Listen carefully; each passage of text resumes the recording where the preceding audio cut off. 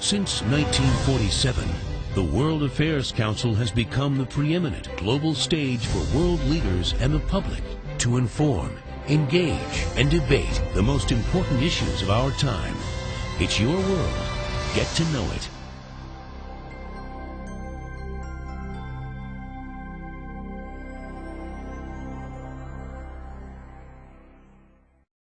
It was 20 years ago that Poland rejoined the family of free nations.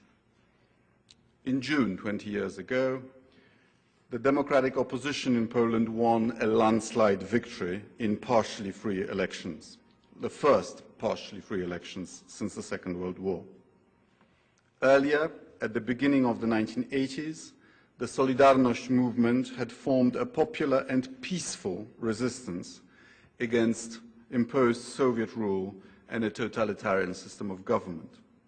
America supported Poland's quest for independence after the First World War, and in fact, it was California that was home to one of the heroes of Poland's struggle for independence, the great composer, pianist, and Prime Minister of Poland, Ignacy Jan Paderewski.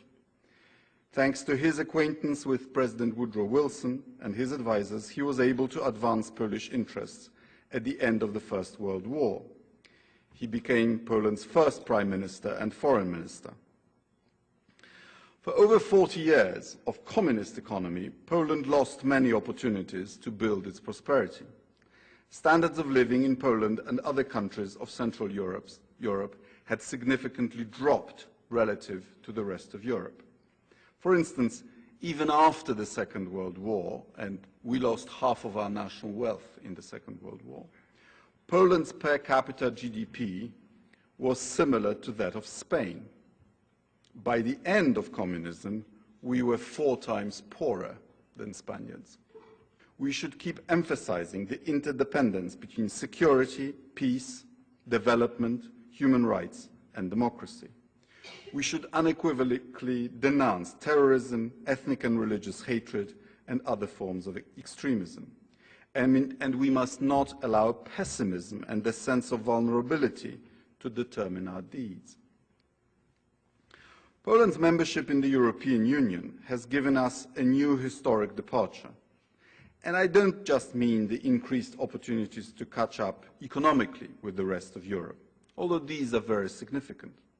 For example, within the current financial perspective of the EU, which is a 7-year budget, 2007 to 2013, Poland is receiving a net transfer of resources of 80 billion euros from the EU for projects in infrastructure, environmental protection, academia, agriculture, and business.